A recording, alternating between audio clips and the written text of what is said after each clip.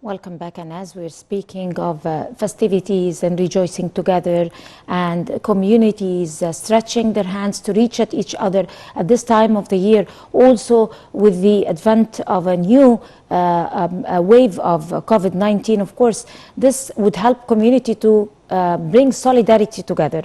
And with a new year upcoming and looking with ambition to that new year, women empowerment becomes one step to look forward.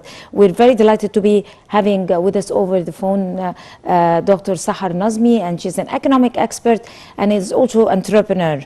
Good morning, Dr. Nazmy. Good morning. Hello. And, I wish you a happy new year. Same to you. How are you doing? You have a beautiful day. Hopefully. Thank you so much. We were talking about 2021.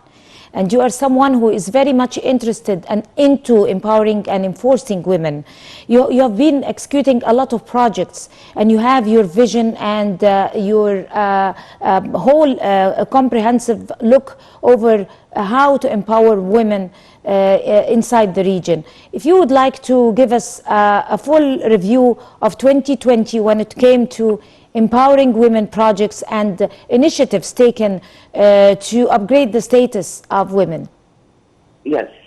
Let me start with, in a nutshell, empowering women is all about empowering the whole society. Participation of women is really macro-critical. It's no longer nowadays a lip talk or a lip service. It's a doing. There is a presidential will. There is the political leadership, all in all, has a full support for women and gender equality and empowering women, their protection, strengthening their rights. These are essential cornerstones to guarantee a welfare of a human society and achievement of sustainable development. It's not possible to strengthen and protect human rights without the protection of human rights and their empowerment, as they represent 50% of the whole society. Right, you're very right. And also talking about empowering and enforcing women also is an enforcement and a full empowerment of the new generations and of children's rights at the same time. So it's very important to be looking with seriousness over that file.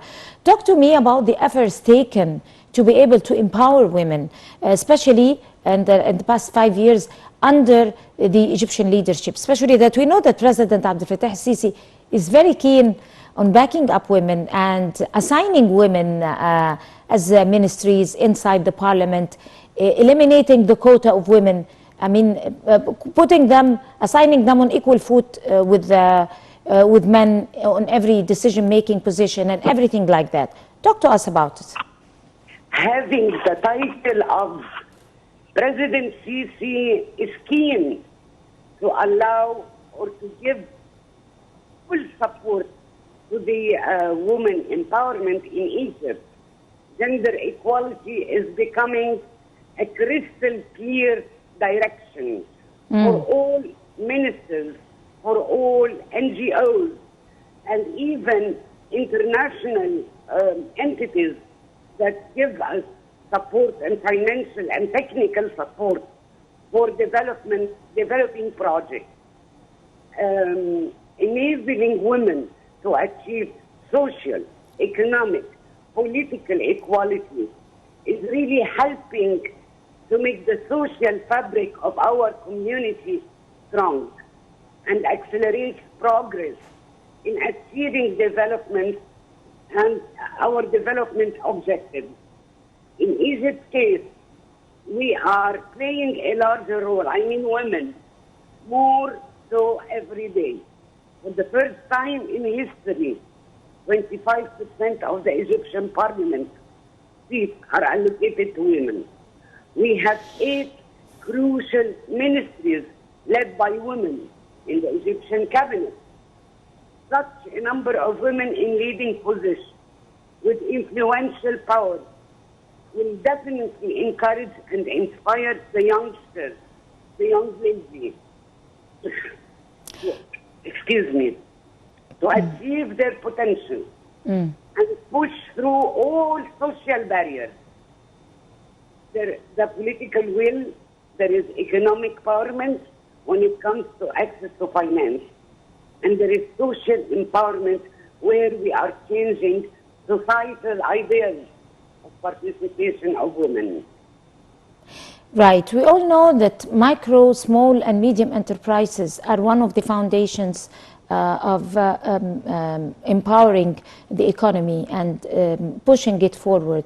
And a lot of empowerment have been given in that direction. Talk to us about empowering women in this particular domain and how it have provided facilities to upgrade the status, the economic status of women, to provide livelihood for single mothers and for people who are under the low brackets and things like that. Okay. The Ministry of International Cooperation has around 34 projects worth $3.3 billion. These are being executed, the 34 projects, to achieve the target of gender equality.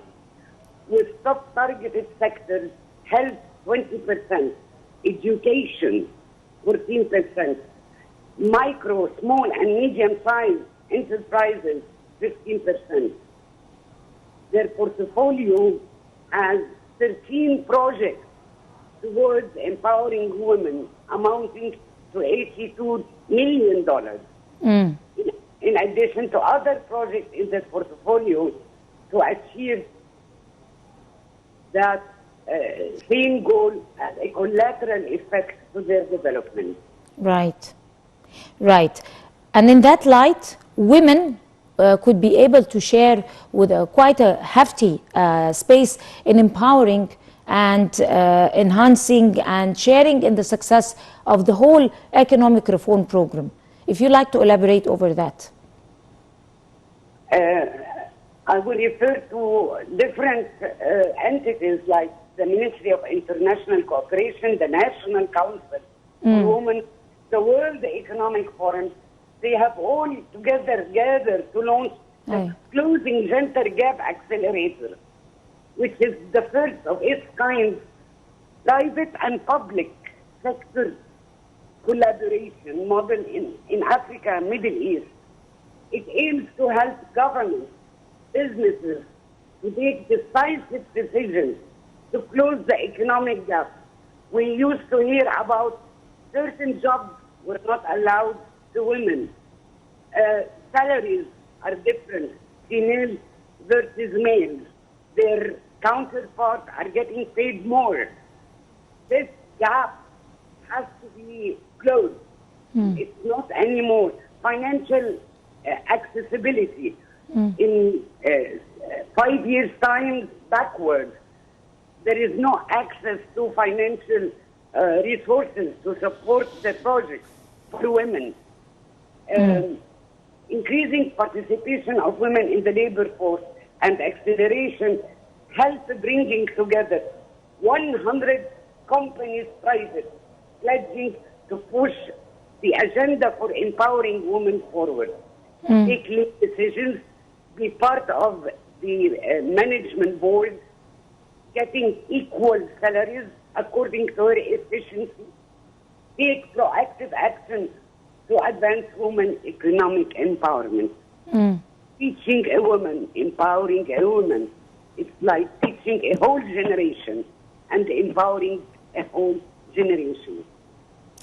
Let's also not forget to talk about the political participation of women, which is very important. Inside the House of Senate and inside the Parliament also.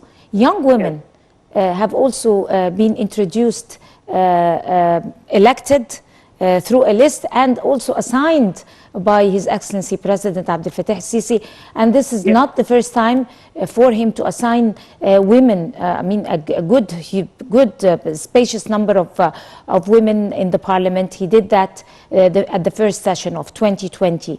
So how do you assess the political participation of women in the new parliament and in the House of Senates for 2021, and also the assignment of President El-Sisi, the choice of women? We used to have a committee on the side in the parliament to discuss women issues on the side, not on the main agenda.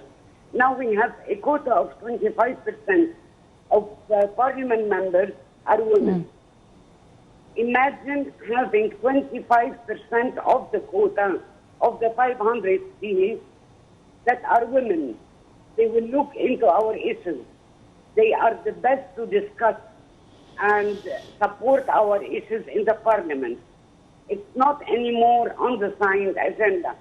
It is one of the main issues, especially with President Abdel Fattah el-Sisi launching Women's Strategy 2030, which is serving as a gender roadmap for Egypt to make progress towards sustainability development goals.